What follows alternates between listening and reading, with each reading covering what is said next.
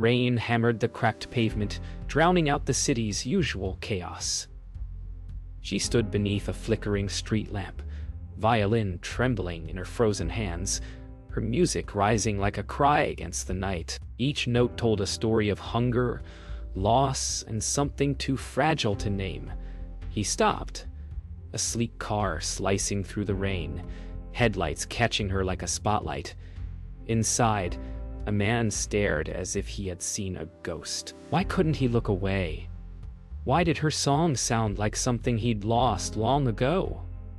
She lowered the bow, startled by his gaze. The silence that followed felt heavier than the storm itself, until he opened his car door and stepped out. He stood a few feet away, rain soaking his suit, watching her clutch the violin like a shield. "You shouldn't be out here," he said, voice low but certain.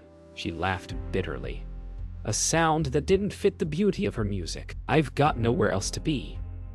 He hesitated, searching her face for a reason to leave, but found none. The city noise faded until it was just them, a stranger and a song. When he asked her name, she hesitated, as if saying it might break whatever spell held them there. She finally whispered, "Lena."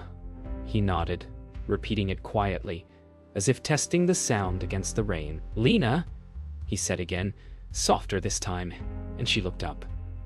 For the first time, her eyes met his, two people broken in different ways, recognizing the same kind of pain. He reached into his pocket and pulled out a card, holding it toward her with a trembling hand. "Come by tomorrow," he said. "You don't belong here." She stared at the glossy paper but didn't take it. "You don't even know me," she whispered. "Maybe I don't need to," he replied before turning back toward his car. But as the door shut, something inside him shifted. A decision forming, one that would alter both their lives. The car disappeared into the mist, leaving her in the cold silence. Lena looked down at the card he'd dropped when he left, its ink smudged, but still legible. She held it tight, heart pounding, not knowing why. Maybe it was hope. Maybe it was foolishness. But as thunder rolled overhead, she whispered to the night, "Why me?" Morning light crept over the city like a reluctant promise. Lena sat on a park bench, clutching the wrinkled card, the ink now barely visible but the name, Ethan Vale, still clear enough to haunt her. She hadn't slept. Every time she closed her eyes, she saw his face, heard his voice beneath the rain. Why had a man like that stopped for someone like her? By noon, her stomach growled louder than her doubts. Maybe it was foolish to go. Maybe it was destiny. She stood, straightened her coat, and whispered, "Just one step."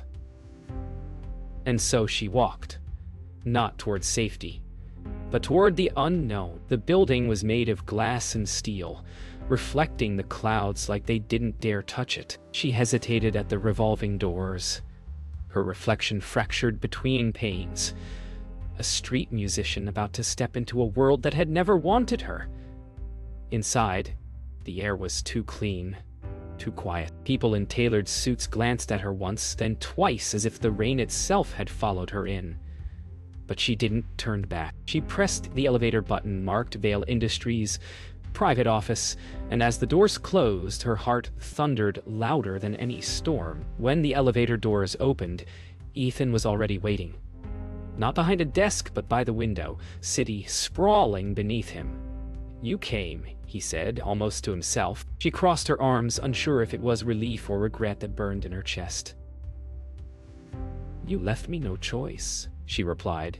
He smiled faintly, the kind of smile that came from pain, not charm. "Good," he said. "I was hoping you wouldn't." The silence that followed was strange, not awkward, but heavy with something unspoken. He poured coffee into 2 mugs and slid one across the table. "You played beautifully," he said. "Where did you learn?" Her hands tightened around the cup, warming her fingers. "Nowhere special. My mother taught me before she died." He nodded, eyes drifting toward the city, maybe because he too understood the weight of ghosts. "I'd like to make you an offer," he said. Her heart skipped. "Play for my son. He hasn't spoken since his mother passed. Maybe your music can reach him." She stared, torn between disbelief and something deeper. The quiet pull of purpose. Outside, as the elevator descended, Lena's heart raced. The city below looked different now, not colder, but alive. The man upstairs had given her more than an offer. He'd given her a reason. When the doors opened onto the lobby, she exhaled, whispering to herself, "Music for a child. Or for both of us." The thought lingered, warm against the winter air. Somewhere high above, Ethan stood at the window, watching the tiny figure leave, unaware that he had just changed both their destinies. The gates opened slowly, revealing the Vale estate, a mansion rising from the snow like a secret no one dared to tell. Lena stepped out of the cab, violin case in hand, her breath forming fragile clouds. Every part of her wanted to run. Yet as she stood before those tall iron doors, she remembered his voice. "Play for my son." The thought anchored her. Inside, warmth spilled from the grand windows, laughter echoing faintly from somewhere unseen. For the first time in years, she felt like she was walking towards something instead of away. Still, the question haunted her. Why had he really chosen her? Clara opened the door, kind eyes behind stern composure. "You must be Miss Hart," she said, voice gentle but measuring. Inside, the air smelled of wood smoke and something sweet baking. Marble floors reflected a chandelier's soft gold light. "He's with Noah upstairs," Clara added, leading her through the vast hall. Family portraits lined the walls. Ethan, a woman with dark hair, and a boy whose smile froze mid-laughter. The sight pierced her chest. She tightened her grip on the violin case. "Does he know I'm here?" she asked quietly. "He does," Clara replied, "but the boy doesn't. Best to let the music speak first." Noah sat by the window, small and silent, his face half hidden behind a curtain. When Lena entered, he didn't look up. She set down her violin and knelt on the carpet. "I used to play when I was scared," she murmured. No response, so she began. Slow, trembling notes that filled the room like whispers from another time. Ethan stood at the doorway, unseen by either of them, eyes glistening with something between pain and wonder. When the last note faded, Noah finally turned, his gaze landing not on Lena, but on the violin itself. It wasn't much, but to Ethan, it was everything. That night, Ethan found her on the balcony overlooking the frozen gardens. "He listened," he said quietly. She nodded, clutching her coat tighter. "He didn't speak, though. He hasn't in 2 years, Ethan admitted. The wind tugged at her hair, carrying silence between them. "You think I can fix him?" she asked. "No," he said. "I think you can reach him." She turned toward him then, eyes searching his face for the truth beneath the words. For a moment, neither moved, two lives hovering at the edge of something fragile and new. Later, alone in the guest room, Lena stared at her reflection in the gilded mirror. The woman looking back didn't belong here. Too small, too uncertain. Yet beneath the exhaustion, she saw something else. A spark, faint but alive. Down the hall, faint music played from Ethan's piano, hesitant, broken chords echoing into her room.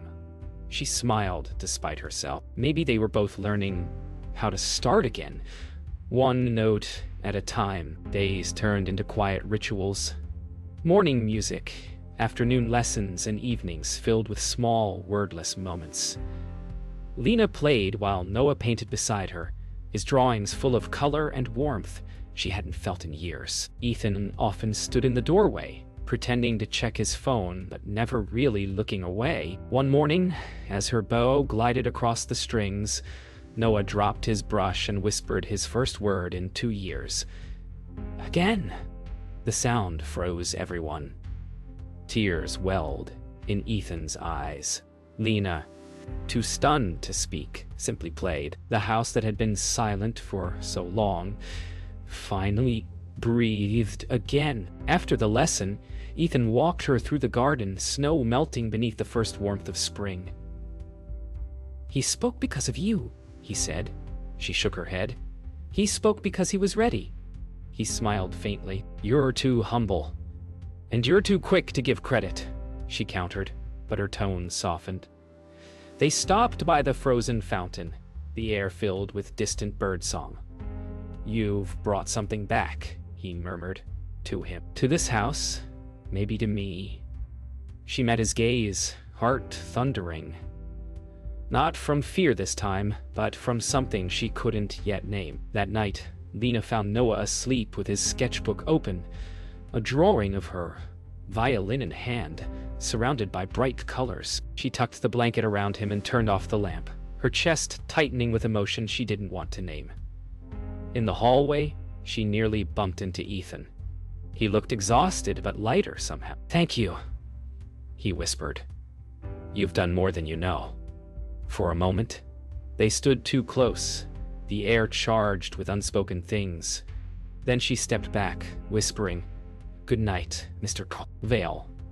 But her voice trembled, betraying what her heart refused to admit. Whispers began among the staff, rumors about the girl with the violin. Clara defended her quietly, but saw what others didn't. The way Ethan's eyes softened when Lena entered the room, or how Lena's laughter slowly filled spaces that had long been hollow. Still, the past clung to him. One evening, Lena followed faint piano notes into the music room and found him playing a melody she didn't recognize. "It was her song," he said without looking up. "My wife's?" The grief in his voice shattered her.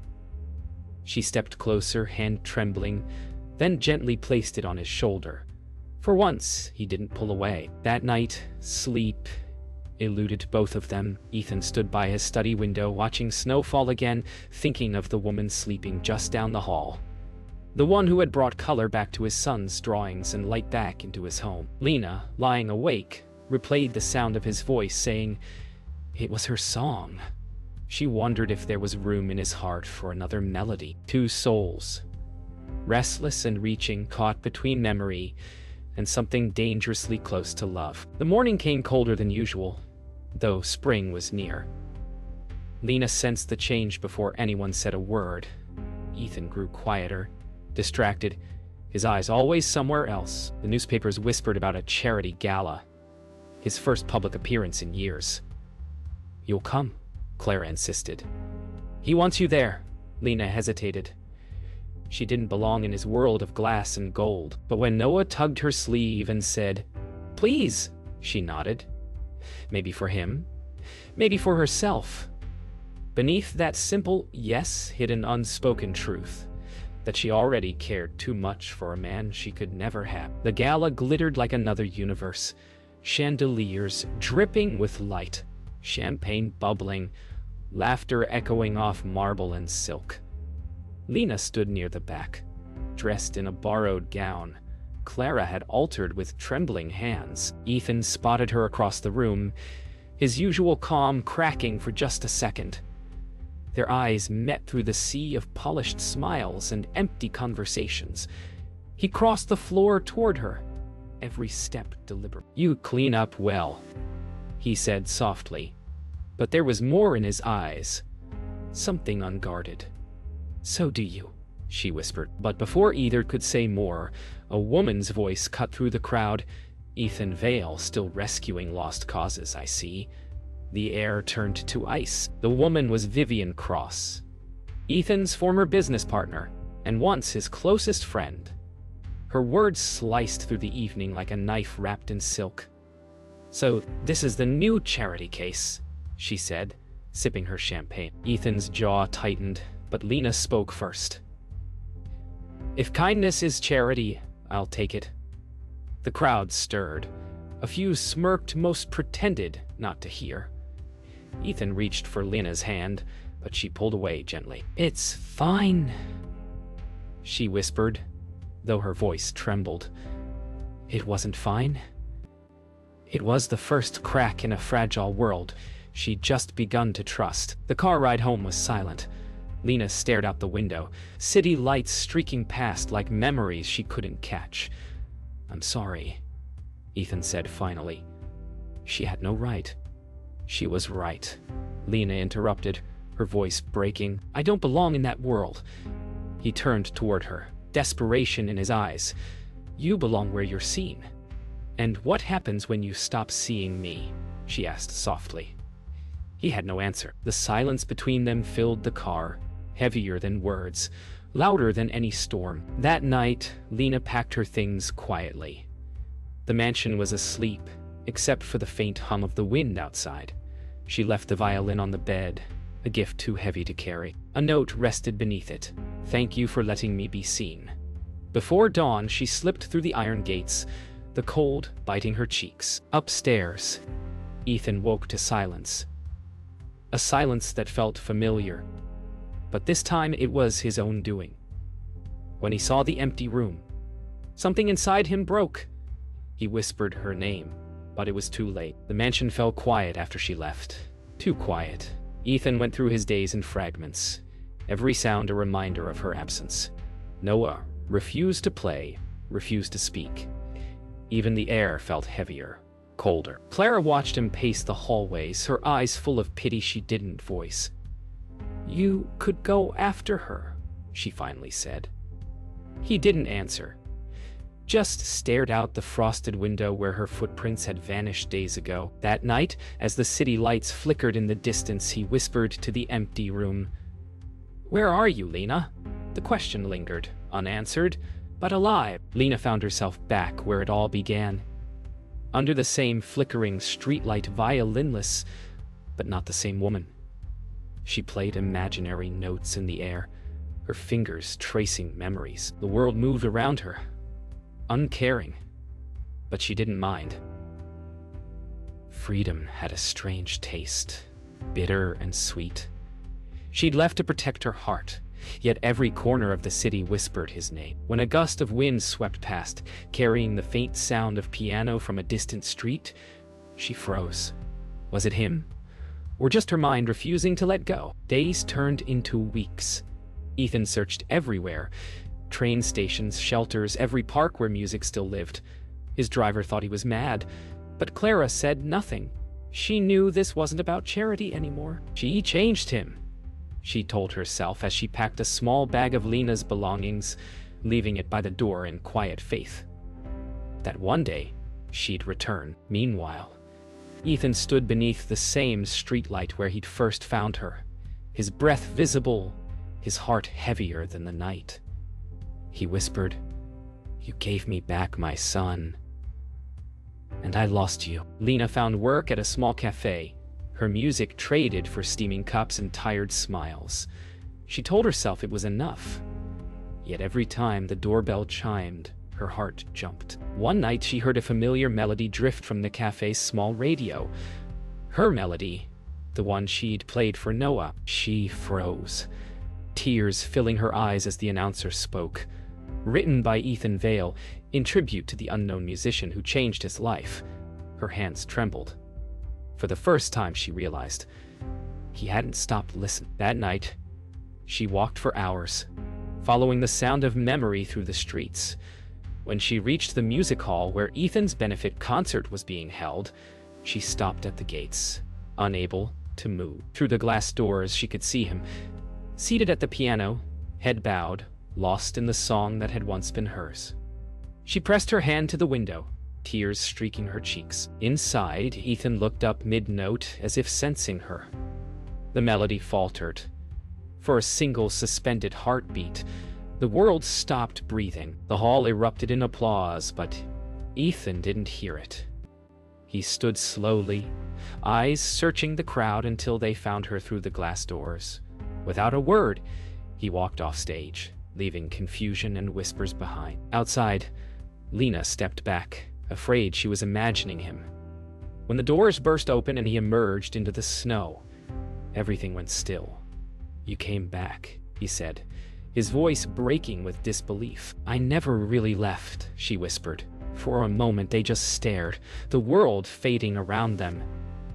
Two hearts finally standing in the same rhythm again. They walked through the sleeping city without speaking, their steps echoing off quiet streets. When they reached the park, she stopped beneath the same lamp where it had all begun.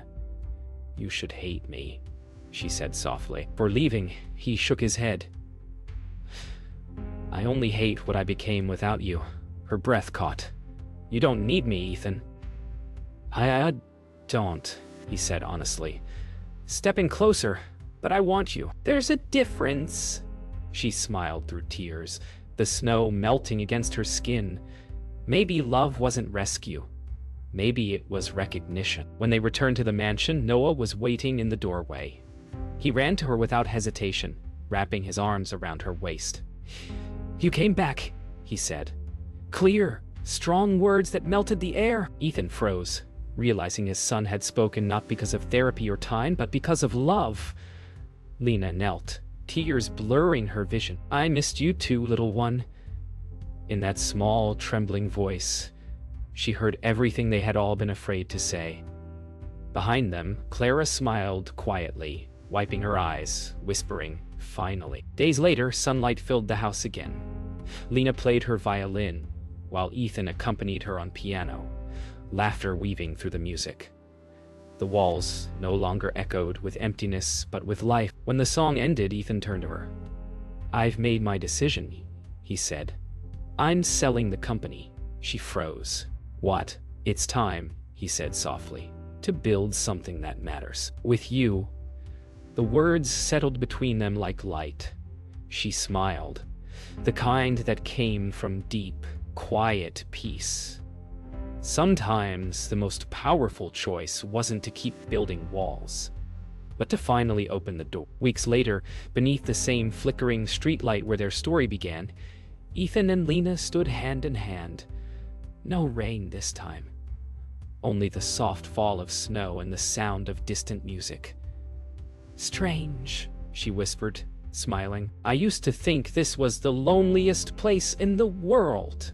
He brushed a strand of hair from her face. "It was," he said, "until I saw you." She leaned into him, eyes closing as the city lights blurred around. Some stories don't end.